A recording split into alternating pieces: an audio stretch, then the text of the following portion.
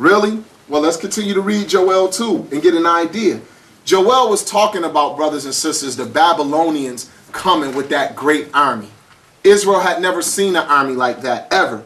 To them, that would have been the biggest army in the world. None of the Canaanites they fought, none of the Philistines they fought had armies as big. All their armies together wasn't even as big as Nebuchadnezzar's army and all his, what do you call it? All of his allied nations that joined with him to take power. Go ahead, brother. Joel 2. We back in Joel 2, verse 21 to 32. Fear not, O land. Be glad and rejoice, for the Lord will do great things. Be not afraid, ye beasts of the field, for the pastures of the wilderness do spring. For the tree beareth her fruit. The fig tree and the vine do yield their strength. Be glad then, ye children of Zion, and rejoice in the Lord your God. For he hath given you the former rain moderately, and he will cause you to come down for he will cause to come down for you the rain, the former rain and the later rain in the first month. Now, when they came back out of Babylon, this started to happen. When they rebuilt the city and rebuilt the new temple and they started to walk in the ways, they made covenants to even try to keep themselves from the nations around them so they wouldn't get put in captivity again, because they looked at the nations around them as being the reason they fell, because they fell after their ways. They made that covenant in Nehemiah. We ain't going to do that, y'all. We're going to keep the Most High's ways. The Most High started to bring the land back. Now, yeah, as far as the very future and what he gonna do, I'm not kicking against none of that. But what I'm saying is that this happened in history. They started farming again. He started to bless the land again. Remember what he said in another place in Jeremiah. When I put you out, the land shall surely keep her Sabbaths then.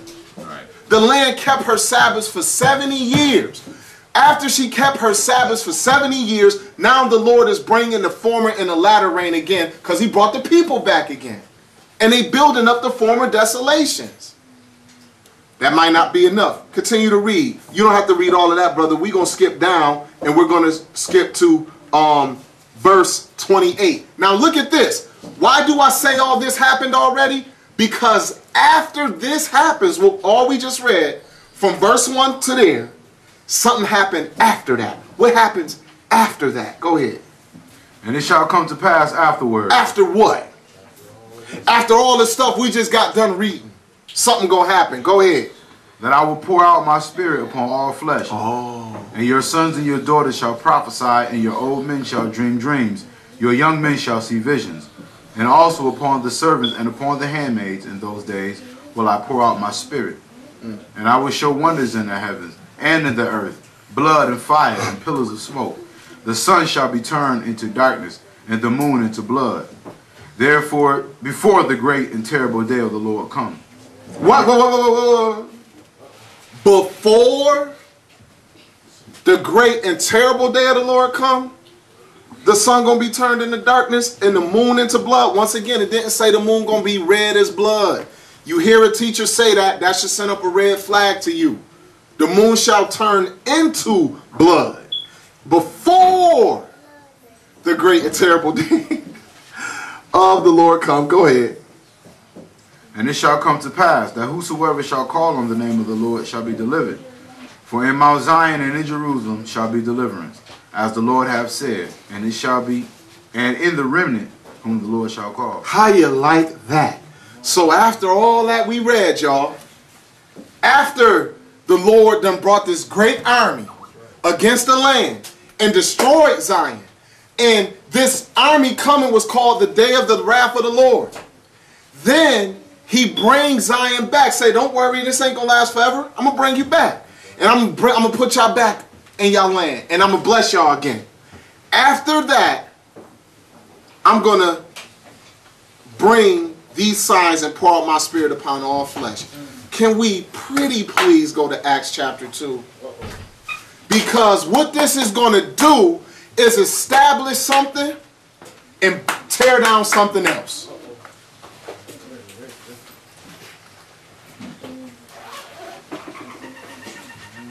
This is how you study the prophets. Let the Bible itself create the atmosphere. And everywhere you read sun, moon, and stars going dark don't mean it's the end of the world. And everywhere you read, the day of the Lord is coming with terribleness, don't mean it's the end of the world.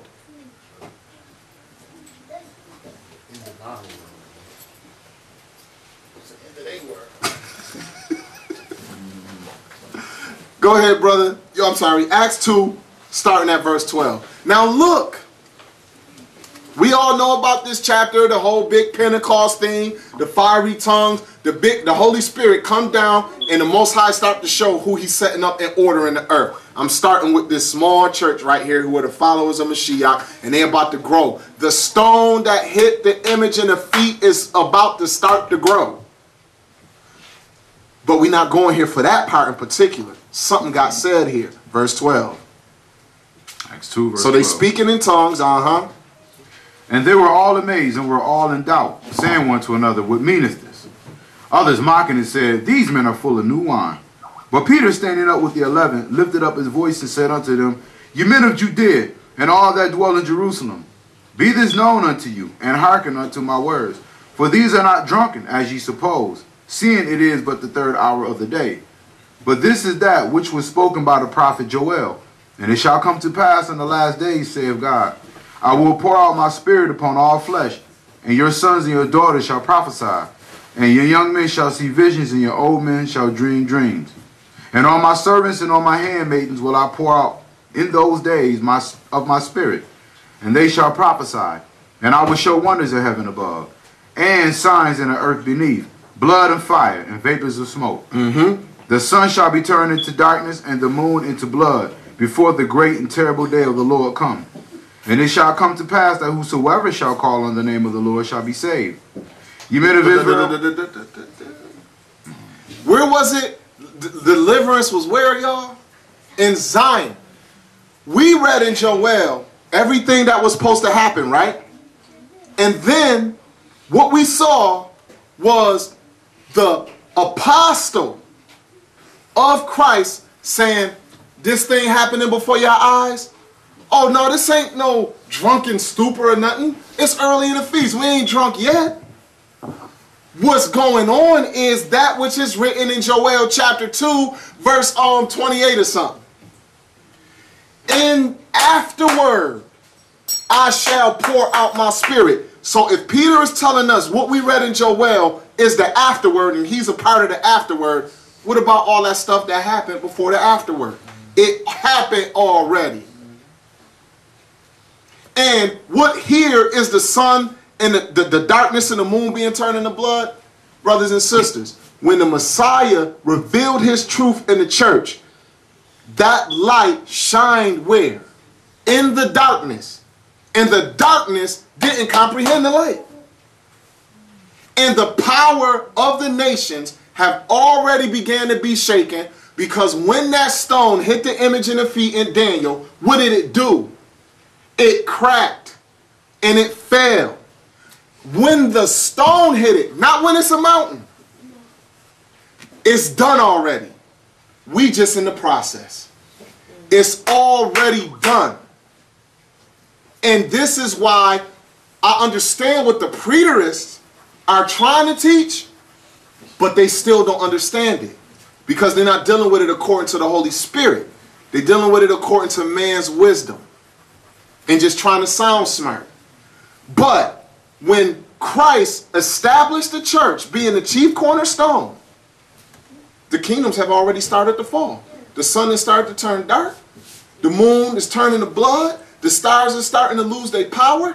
And everything is leading up. Because all that's going to happen before the great and notable day of the Lord. Before it. But if you understand what the sun, moon, and the stars represent, then it makes sense. But if you're still looking at the literal sun, literal moon, literal stars, then what I'm saying don't make sense. Because you're still looking for that literal sign in the sky, in the firmament, and you're not understanding that sign to have something to do with the heavens, where the powers are, the governments. When the powers of heaven are shaken, the governments of the earth have been set into an uproar, and they all discombobulated. And as they get into that mode, that woman in Revelation get knocked off the beast turn around and eat her.